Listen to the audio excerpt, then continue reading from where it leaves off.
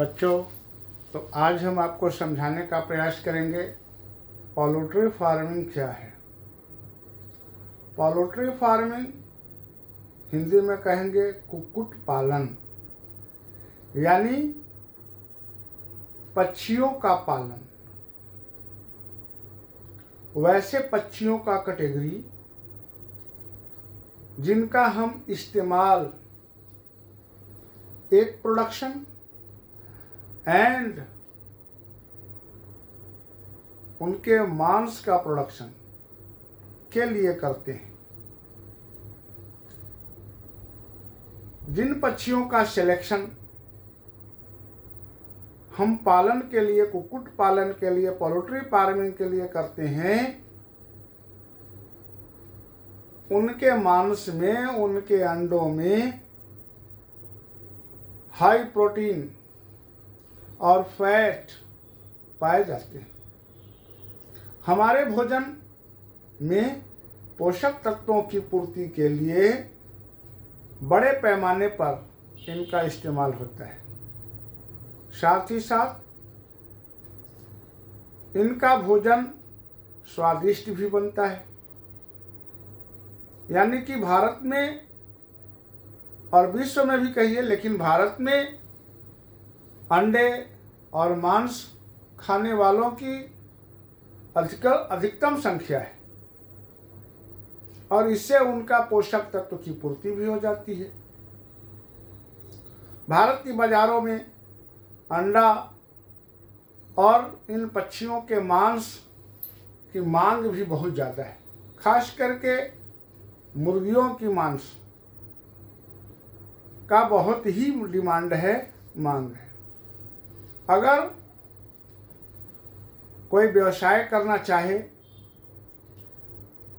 अंडा प्रोडक्शन या मांस प्रोडक्शन के लिए, तो बड़ा ही बेनिफिशियल होगा, फायदेमंद होगा। आज जो भी लोग इसका चयन कर रहे हैं और निर्धारित तरीकों से इसका व्यवसाय करते हैं, तो अपने व्यवसाय में बहुत ही मुकाम हासिल करते हैं, बहुत ही ऊंचाइयों पर जाते हैं। आज भारत में हैदराबाद को अंडों की टोकरी कहा जाता है, क्योंकि हैदराबाद में इसका प्रोडक्शन बड़े पैमाने पर होता है और वहाँ से पूरे भारत में वितरित किया जाता है। तो अगर प्रॉपर मैनेजमेंट के साथ व्यवस्थित तरीके से अगर इनका पालन किया जाए, तो इसमें बहुत बड़ी रोजगार की संभावना है और सबको काफ़ी फायदे हो सकते हैं। आज हम इन्हीं विषयों पर चर्चा करेंगे कि पोल्ट्री फार्मिंग क्या है, कुक्कुट पालन क्या है। तो वैसे पक्षी जो उड़ नहीं पाते हैं, खासकर मुर्गी, बत्तख और टर्की, बत्तख की दूसरी प्रजाति है, और भी कुछ एक्सोटिक बर्ड्स जो विदेशी नस्ल के हैं, उनका भी हम इस्तेमाल हम अपने के यहाँ पालन में करते हैं। उनका लालन पालन, उनका भोजन, उनका ब्रीडिंग, उनसे अंडा प्रोडक्शन और उनसे मांस प्रोडक्शन की प्रॉपर मैनेजमेंट। जैसे आप अपने घर में अगर उन्हें पालते हैं, अगर उनसे पर्याप्त मात्रा में अंडे प्राप्त करना चाहते हैं, तो सबसे पहले उनको प्रॉपर केयर देना होगा। जैसे उनका आवास बढ़िया होना चाहिए, उनको प्रॉपर भोजन मिलना चाहिए, रोगों से उनको दूर रखा जा सके ऐसी व्यवस्था होनी चाहिए, प्रॉपर पानी का व्यवस्था होना चाहिए, प्रॉपर टेम्परेचर का व्यवस्था होना चाहिए। अगर इन सारी बातों को हम ध्यान देते हैं प्रॉपर सैनिटेशन भी चाहिए, सफाई भी चाहिए। अगर ये सारी व्यवस्थाओं पर हम ध्यान देते हैं तो निश्चित तौर पर हमें फायदा होगा, हमें विकास होगा। इसलिए प्रॉपर मैनेजमेंट की आवश्यकता है। किसी भी कार्य में व्यवस्था तो आवश्यक ही है। पोल्ट्री ब्रीड्स की अगर बात करें तो ब्रीड्स 3 प्रकार के हैं। एक इंडिजीनियस ब्रीड्स हैं, देसीला जिसको कहते हैं, घरेलू नस्ल की हैं जो हमारे के यहाँ पाए जाते हैं। एक एक्सोटिक ब्रीड्स हो गए जो बाहरी नस्ल के हैं, जो विदेशी हैं, उनको विदेशीला कहते हैं। और देसी तथा विदेशी से अगर हम क्रॉस ब्रीडिंग कराते हैं तो ऐसे को हम लोग क्रॉस ब्रीड्स कहते हैं। देसीला की बात है, इंडिजीनियस की बात है। इंडिजीनियस ब्रीड्स कौन है? भारत में कौन इंडिजीनियस ब्रीड्स पाए जाते हैं? तो मुर्गियों के ब्रीड्स में है असील। असील एक ऐसा ब्रीड्स है जो बेहतरीन प्रोडक्शन देता है। और असील में क्या खासियत है? असील है, एक और है बुसरा।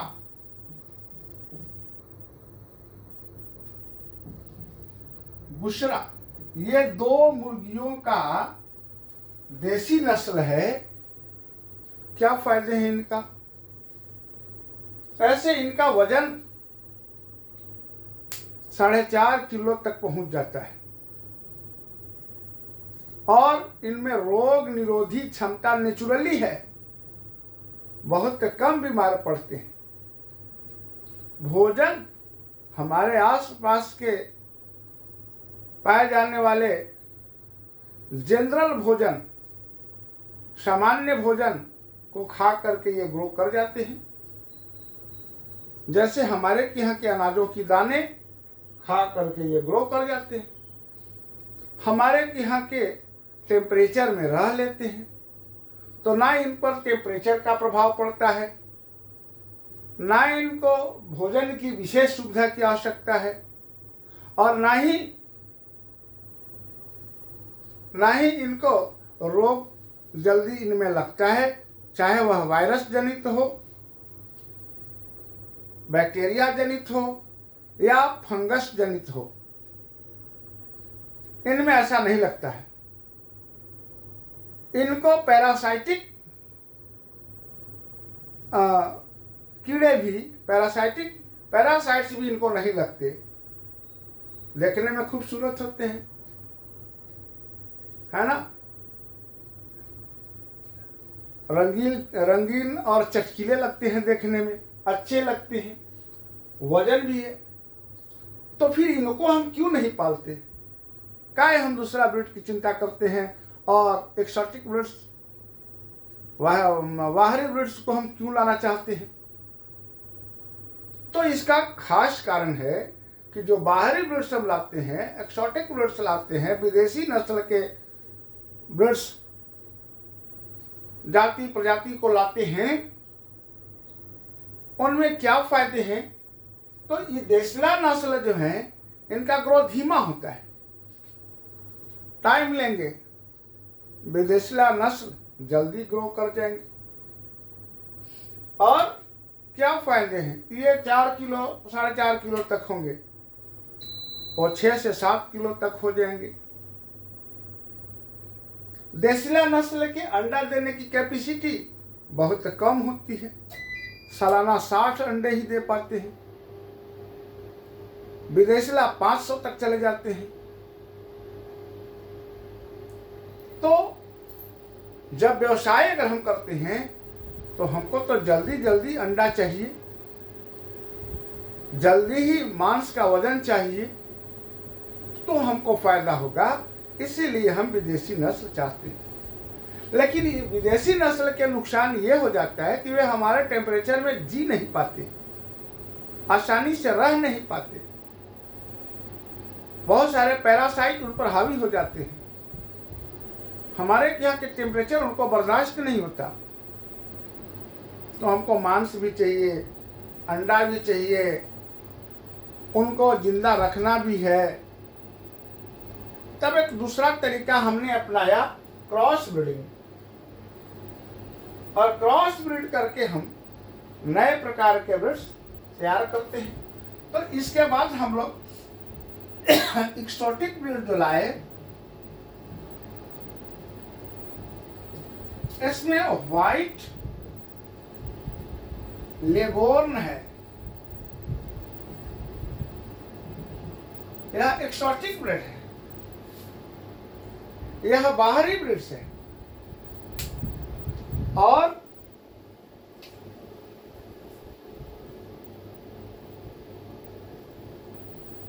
रॉड आइलैंड रेड है, यह एक्सोटिक ब्रीड्स है, बाहरी ब्रीड्स है। और ये दोनों से हमने जो क्रॉस ब्रीड तैयार किया,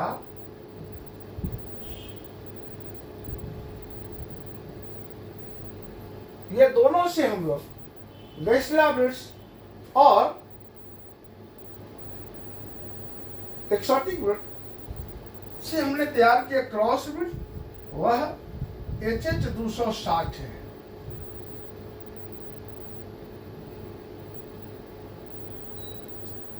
यह हमारे पास IBL 80 है, यह क्रॉस ब्रीड है। अब इसमें हमको इंडिजिनियस ब्रीड्स का भी लक्षण पाए जाते हैं, इसमें मिलता है, और क्रॉस ब्रीड्स का भी इसमें हमको लक्षण मिलता है। और इस तरह से हम इनको अपने यहाँ के टेम्परेचर में रख लेते हैं, अपने यहाँ के कल्चर में रख लेते हैं, और ज़्यादा इनसे मांस और अंडे प्राप्त कर लेते हैं। तो इस तरह से ये ब्रीड हमारे यहाँ के लिए सूटेबल है। तो हम कह सकते हैं कि इनका वैरायटी का हमने इम्प्रूव्ड कर दिया, वैरायटी इम्प्रूवमेंट हो गया, अलग प्रकार के वैरायटी आ गए। इसके बाद है एग एंड ब्रॉयलर प्रोडक्शन। वैसे कुक्कुट, वैसे ये पॉलुट, वैसे कुक्कुट जिनसे हम अंडे प्राप्त करते हैं उनको हम एगर कहते हैं, और वैसे जिनका मांस प्राप्त करते हैं उनको ब्रॉयलर कहते हैं। लेकिन हम दोनों चाहते हैं, हमें अंडा भी प्राप्त हो और मांस भी प्राप्त हो। लेकिन स्पेशल अंडे के लिए जिनको रखते हैं ब्रॉयलर, और अंडे के लिए जिनको रखते हैं उनको एगर और लेयर भी कहते हैं, और मांस के लिए जो रहते हैं उनको ब्रॉयलर भी कहते हैं, यानी कि मांस प्रोडक्शन उनसे करते हैं। इस तरह से हम मुर्गी पालन में एग और मांस, फ्लेश दोनों प्राप्त करते हैं, और दोनों से हम फायदे प्राप्त करते हैं। इसके बाद है पोल्ट्री केयर। क्या क्या केयर कहिएगा, ज्यादा उत्पादन करना है तो एगर होते हैं और ब्रॉयलर होते हैं, ये दोनों को पर्याप्त पोषक तत्व तो प्राप्त होना चाहिए। तो 2 स्टेज होता है इनका, पोल्ट्री का 2 स्टेज है। पहला जो स्टेज होता है इसको ग्रोइंग पीरियड कहते हैं, तो ग्रोवर, और इसके बाद लेयर कह देते हैं। तो वैसा पीरियड जब यह विकसित होते हैं, इनका शरीर विकसित होता है और प्यूबर्टी काल से पहले की स्थिति को ग्रोअर कहते हैं। तो इन ग्रोअर की स्थिति में पोल्ट्री केयर क्या होगा? तो जिस समय ग्रोअर होंगे उस समय इनको पर्याप्त पोषक तत्व मिलना चाहिए और इनका स्पेशियस जगह होना चाहिए, तभी ग्रो करेंगे। बेहतरीन पोषक तत्व मिलना चाहिए, स्पेशियस जगह मिलना चाहिए, गुड टेम्परेचर मिलना चाहिए, ना तो ज़्यादा ठंडा ना ही गर्मी, गुड टेम्परेचर चाहिए, पर्याप्त सैनिटेशन चाहिए। सैनिटेशन अगर नहीं रहेगा तो मुर्गियों में बहुत जल्दी ही रोग लग जाते हैं। तो ग्रोअर पीरियड में हमको पर्याप्त भोजन, पोषक तत्व इनको मिलना चाहिए, पर्याप्त स्पेस मिलना चाहिए, पर्याप्त टेम्परेचर की व्यवस्था होना चाहिए और सैनिटेशन की विशेष ध्यान रखने की आवश्यकता है, तभी ये बढ़िया से ग्रो कर पाएंगे। इनका डेथ रेट कम होना चाहिए। डेथ रेट ज़्यादा होगा इसका मतलब कि आपका मैनेजमेंट सही नहीं है। लेयर ग्रोअर पीरियड के बाद जब प्यूबर्टी काल आ जाता है तब वो लेयर बन जाते हैं, अंडा देने लगते हैं। अब अंडा देते हैं तो उस समय इनको पोषक तत्व पर्याप्त चाहिए और उस समय भी इनको स्पेस चाहिए,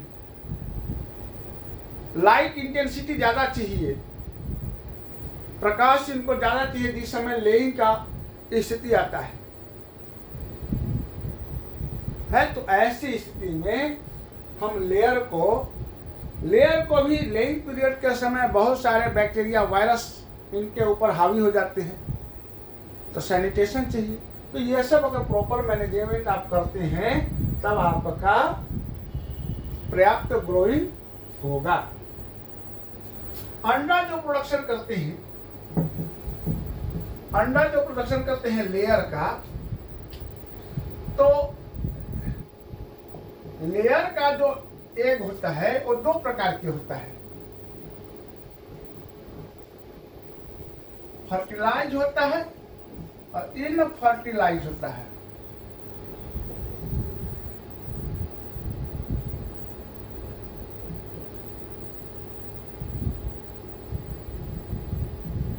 फर्टिलाइज और इनफर्टिलाइज।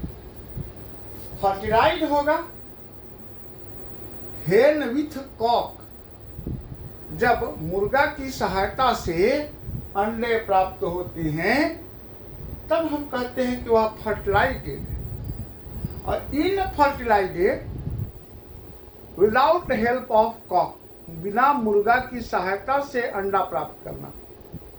बिना मुर्गा की सहायता से प्राप्त करेंगे तो इनफर्टिलाइज एग होगा और मुर्गा की सहायता से प्राप्त करेंगे तो फर्टिलाइज एग प्राप्त होगा। ये जो फर्टिलाइज एग होगा इसमें सड़ने की संभावना ज़्यादा होता है, यह जल्दी रॉट कर जाता है, जल्दी खराब हो जाता है।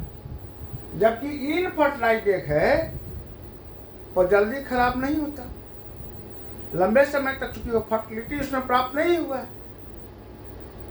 तो इनफर्टिलाइज एग लंबे समय तक रहता है। इनफर्टिलाइज एग में फर्टिलाइजेशन का प्रोसेस नहीं होने के कारण आज के ज़माना में हम लोग उसको वेजिटेरियन एग्स भी कहते हैं। ठीक है, इस तरह से आपने देख लिया। इसके बाद डिजीज ऑफ पोल्ट्री। डिजीज, मुर्गियों में बहुत सारा डिजीज लगते हैं, है ना। वायरस से हो जाता है, मुर्गियों में डिजीज बैक्टीरिया से होगा, फंगी से होगा,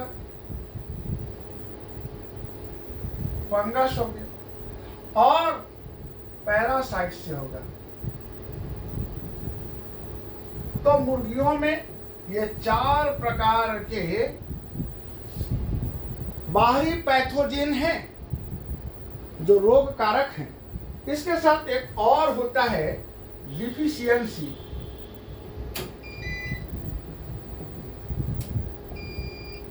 डेफिशिएंसी। डेफिशिएंसी क्या है? मुर्गियों को अगर पर्याप्त पोषक तत्व नहीं दीजिएगा तो पोषक तत्व के अभाव में उनमें रोग उत्पन्न होता है, जिसको डिफिशियंसी डिजीज कहते हैं, अभावग्रस्त रोग कहते हैं। वायरस से जो रोग हो जाता है उनको, तो क्या कहिएगा इनको? फाउल पॉक्स कहते हैं, फाउल पॉक्स कह सकते हैं। और इनमें रानीखेत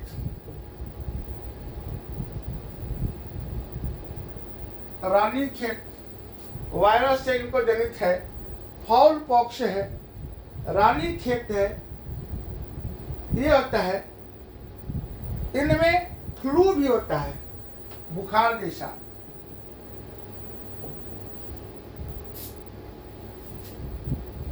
तो यह वायरस जनित होने वाला इनमें रोग है। वायरस से बचाने के लिए क्या करना पड़ता होगा? तो इसके लिए इनको एंटीवायरस वैक्सीनेशन कराना होगा। अगर ऐसा कराते हैं तभी वायरस से बचे। इसके बाद बैक्टीरिया जनित रोग है, इनको कॉलरा हो जाता है, डायरिया हो जाता है,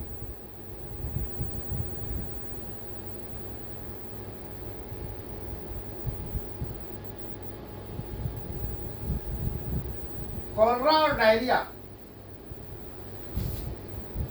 बैक्टीरिया से होने वाला रोग है। वायरस फंगस से होने वाला है